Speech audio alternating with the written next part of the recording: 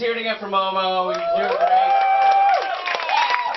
He just got here from Ecuador. Ecuador. His home country of Ecuador. I could listen to that guy all fucking night. I could listen to that. I want that guy to read to me when I go to sleep. It sounds good. It sounds. Before he was talking about strippers, and he was just like, she dances like a stripper. It's like streeper. That's what like Meryl Streep fans call it. We're streepers. We're gonna go see the latest Meryl Streep movie. Oh God, he's got to be jet lagged though. Ecuador. To here, that's long as shit. That is long. Guys, happy 2016. We made it. We made it. And I gotta tell you, I've reached one of my big comedy goals in 2016, and I've reached it like today's what? The third, the second. What is today? Second. Today's the second. Nice. I've reached it by the second, and this is one of my comedy goals that I set for myself years ago. A couple years ago, I set this goal for myself. I want to be doing comedy in the attic of a sports bar.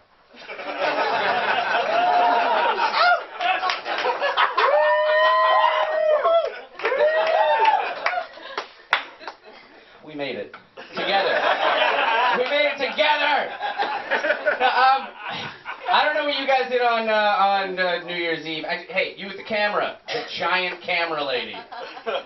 What did you do on New Year's Eve? I watched movies. No.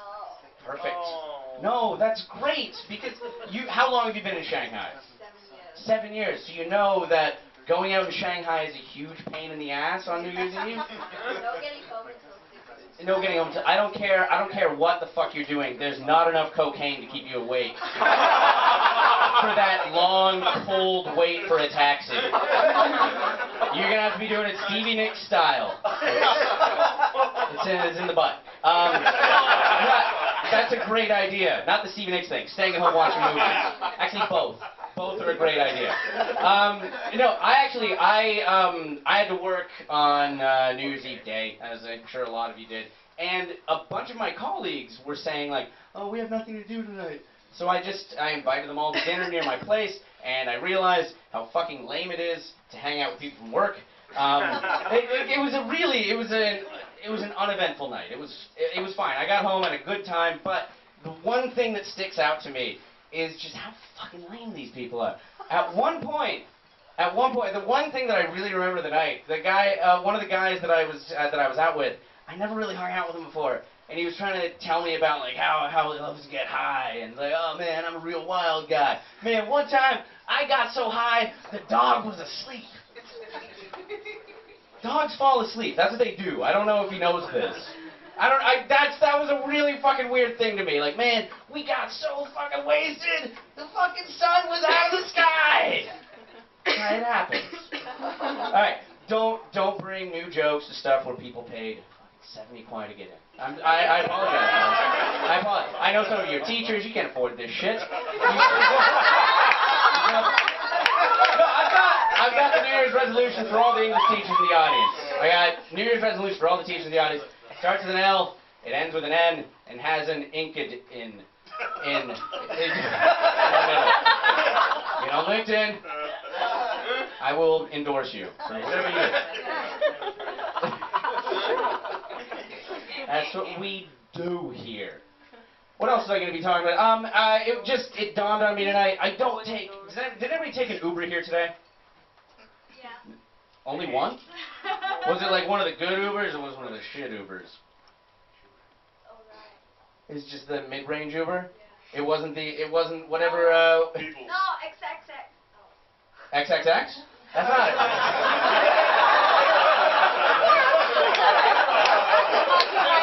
Honey, that's not an Uber. I don't know what it is. I took the subway here. I took the subway here. All right, let me tell you right now. This is the subway I take. It's very easy to remember. Line 11. Never forget. No, but it wasn't.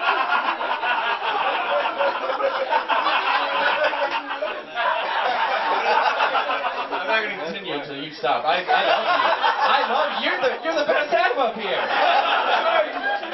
No, I love it. jokes and get gigantic laughs. We've come out on the other side of this.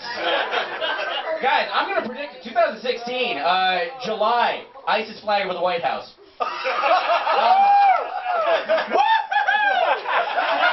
Trump!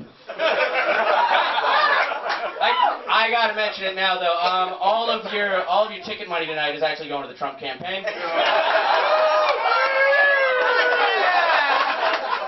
We're doing great things, guys. We're gonna make it great again. Actually, wait, how many Americans do we have here tonight? Look. Notice you don't live there. You guys do not have to worry about Trump being an ex-president. You don't have to worry about it. Because the time the election rolls around, you'll all be dead in mass shootings anyhow.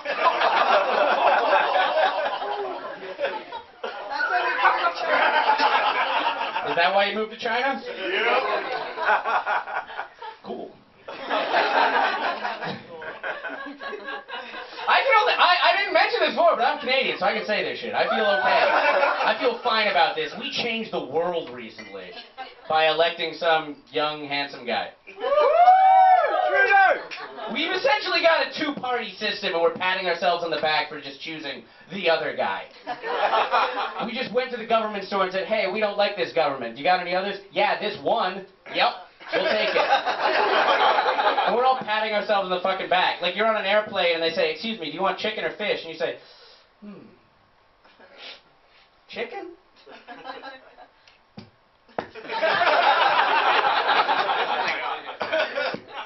Oh my God. God, we made history. How many Canadians do we have here?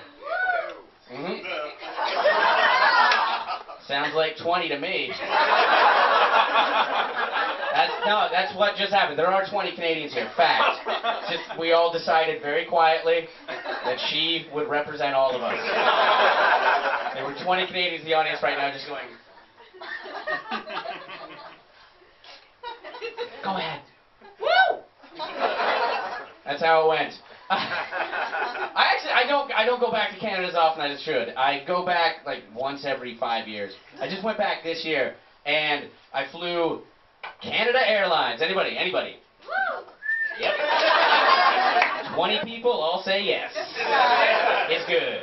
No, but I've been in China for 10 years now, and so I'm subjected to, like, I'm used to the crowds. I'm used to being around a lot of Chinese people, obviously. And every time that I go back to Canada, I'm just reminded how you've got hundreds of millions of people who now have the ability to travel, and unlike they ever have before. And so, obviously, in the West, we have these ideas about air travel, like, oh, just keep quiet, just fucking follow these rules that are unspoken. But the Chinese don't fucking do that. It's, for a lot of them, it's their first time flying. So, a lot of people see it and say, oh, they don't know how to travel.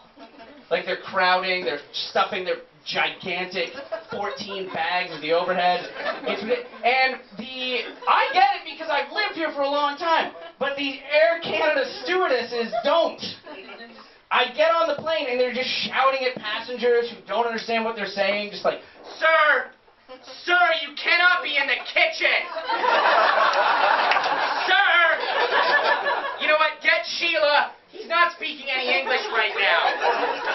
No, give him to the end of the flight. He'll be fine. He'll be speaking that English real good after the flight. But after, it was just me. This was like August, and it was just me. I was pretty much one of two white people on the entire plane. And the staff on the plane, whenever they would get angry with the Chinese passengers, they'd always just look at me and go, Sir, oh God. Just like I'm a fucking living saint, just I don't know how you deal with this.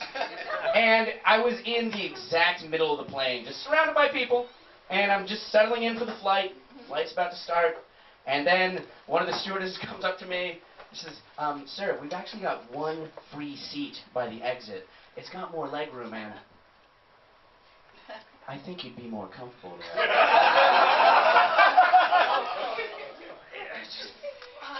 I don't want to be complicit in racism, but extra legroom sounds good. And so yes, I took it, It's what I had to do.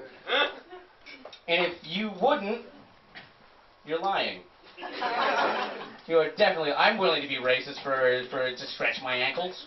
Look at these things. They're looking good. Guys, it's a new year.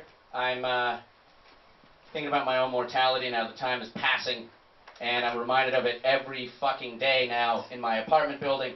As I go down to the lobby of my apartment every day, I live in a 2-building complex. It's actually not very complex. It's actually just 2 buildings. And there was a dead guy found in the other building. Yeah, and they found no identification on the guy. And so, genius police work. They just put up 3 pictures of this dead guy in the lobby for everybody to see. And so as the elevator opens every day, you just see these 3 pictures of a dead body. It's really fucked up. Yep. I'll take care of the rest, sir.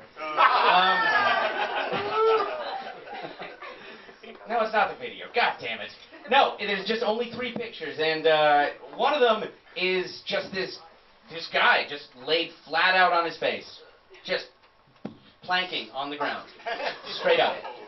And then the second picture is, all right, so it's a tight shot of the guy's face. You see this surgical gloved hand just holding the face up to the camera, and half of his face covered in dirt. He's got one eye open a bit. And it's really fucking jarring. Like, you're seeing this every day, just a dead body. And the third picture is the exact same thing. And it actually has that music playing with it, too. So keep your mind off of it. Now, the third picture is the same thing. The third picture is the same thing. It's just the same hand holding it up to the fucking camera, but they put his glasses on.